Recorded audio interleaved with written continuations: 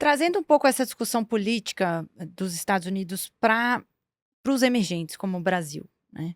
É óbvio que a gente sabe, o dólar subir, a princípio é ruim, né, para o país. Mas fora isso, fora essa questão do câmbio, pensando em Kamala versus Donald Trump, quais seriam os efeitos para o Brasil, né? Quem seria melhor ou pior para o Brasil, na opinião de vocês? Você quer falar João, primeiro? quer começar? Posso começar. Eu tendo a acreditar que uma vitória do Trump, no médio prazo, no curto prazo não, mas no médio, é mais favorável para emergentes do que a gente imagina. Por quê? Porque o Trump tem na cabeça dele que ele precisa baratear a economia americana.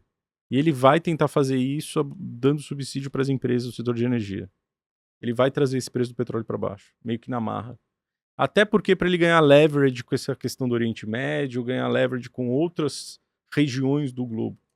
Eu acho que ele tem um pouco dessa leitura. Ele vai tentar promover esse mercado de energia americano, que hoje já é o mais poderoso, né? A gente fala da Saudi Aramco, mas enfim, quem manda hoje nas exportações de óleo e de gás natural é os Estados Unidos.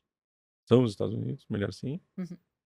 E eu acho que ele vai caminhar para essa linha de raciocínio.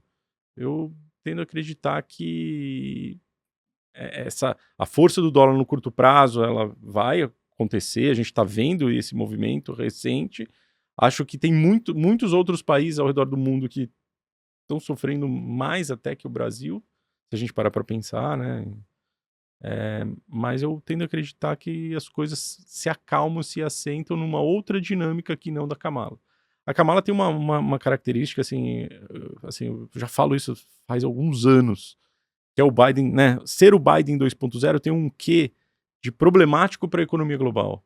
O Biden fez o dólar subir pra caramba. E como que ele faz isso? Distribuindo dinheiro na mão das pessoas. A inflação da Kamala ela é muito mais nociva do que a inflação via salário. A inflação da Kamala é a inflação do dinheirinho na mão das pessoas com subsídio. Com subsídio, com programa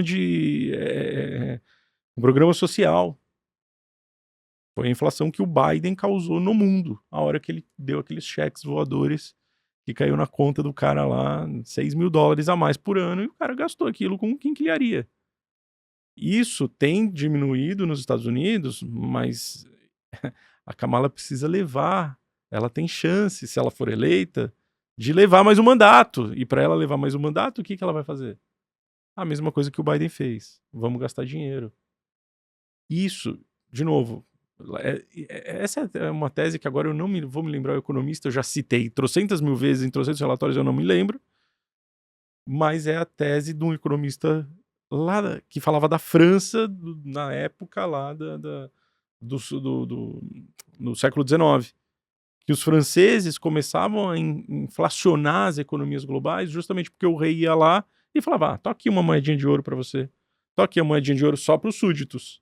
E os súditos começavam a ficar ricos, compravam as coisas e inflacionando toda a economia ao redor. É a mesma coisa que aconteceu no mundo nesses últimos anos. A hora que o Biden imprimiu o dólar e deu na mão da população americana, a população americana falou, opa, tô rico. E inflacionou o mundo. É exatamente isso que, assim, para mim, a Câmara ela tem essa característica. Se ela vier sob essa ótica do subsídio, sob essa ótica do governo, do gasto do governo, que é diferente do Trump, que é, beleza, eu tô acabando com o peso morto e tô distribuindo via economia, deixa a economia se ajustar. Diminuindo o imposto para Diminuindo o estimular, imposto em para vez estimular. de aumentar gasto, né? É isso. E eu acho que isso é menos inflacionário do que o modelo Câmara, que é dar dinheiro na mão das pessoas. Isso é uma Matheus, qual a sua interpretação opinião? é uma interpretação interessante. Não é consensual, a Não. avaliação hoje em dia no mercado. Se você perguntar, talvez uma parte relevante vai responder que vai ser pior, mas não vai saber para emergente, né? Mas não vai saber responder tão bem. O que talvez seja provavelmente uma perspectiva pior para emergente seja o fortalecimento em demasia do dólar. E daí, assim, o que o João falou é verdade. O governo Biden teve um dólar muito forte. Talvez essa dinâmica de reshoring faça o dólar ficar forte independente de qualquer coisa. Sim. Eu acho que tem uma questão estrutural. a gente estava até discutindo no outro dia, questão estrutural de que o dólar está perdendo o seu valor, e se o dólar perde seu valor, as demais moedas globais ainda sofrem mais. Então, o reshoring é justamente isso, né? Todo mundo correndo para levar o dólar de volta para lá, e isso vai fazer com que a moeda se fortaleça. Então, daí o pessoal interpreta o Trump como pior para emergente por conta dessa abordagem mais agressiva do ponto de vista do comércio internacional, mas também tem aquela lembrança sempre que o Trump, ele é um cara de negócios, né? Então ele é muito uma abordagem contratual. Se ele fizer um acordo, né, e entender que está saindo por cima, né, ele vai deixar você em paz. Essa é um pouco da ideia, assim, né? Ele precisa de um acordo para ele levar para casa, mostrar ele que fez, etc. É um pouco da abordagem como ele trabalha. Então você tem essa perspectiva de um tom mais agressivo que poderia ser prejudicial e tem a questão das tarifas que poderiam deixar... Porque, em tese, o Trump ele defenderia um dólar mais fraco, mas as suas políticas podem ter como consequência um dólar mais forte. Em sendo o caso, a interpretação seria negativa para mercados emergentes. Eu não vejo uma leitura assim tão direta, assim, pô, Trump foi eleito, vai ser muito ruim para as emergentes. Não acredito nisso, tá? Daí eu estou um pouco mais com o João nesse sentido. Talvez tenha um choque de curto prazo, que é o pessoal justamente movimentando as carteiras, assim, nessa leitura, mas de primeira derivada, mas depois se você for aprofundar um pouco mais, não necessariamente, né? Inclusive, o último bull market brasileiro, 16 a 19, aconteceu durante o governo de Donald Trump. O bull market das commodities no Brasil aconteceu durante o governo de George Bush, né? Então, assim, não necessariamente porque um republicano está no poder, entendeu? Eu acho que tem um pouco, alguns preconceitos. Nossa década perdida foi sob a tutela de um democrata. Começou lá, exatamente, entendeu? Então, tem um pouco dessa a gente vencendo esses preconceitos, fazendo uma análise mais fria, minha interpretação é que não teria um dano tão grande quanto as pessoas estão interpretando por conta dessa possível valorização do dólar, né? Não acredito que seja nesse sentido, até mesmo porque se numa eventual vitória de Donald Trump, as pessoas voltem a dar valor ao que se considera como sendo old economy, ou economia tradicional, pô, o Brasil está recheado desse tipo de tese, entendeu? Mercados emergentes estão recheados. Claro, o Brasil tem um pouco, tem uma ou outra tese que você possa associar com fintech, etc e tal, mas ainda assim é uma economia, a gente até pegou esses dias, né, Lari, explicando o retorno brasileiro, né, qual era commodity banco, né? Sim. Economia tradicional, economia que deve se beneficiar nos Estados Unidos, mas daí você tem um read-through, né, dos investidores quando espraiam esse recurso.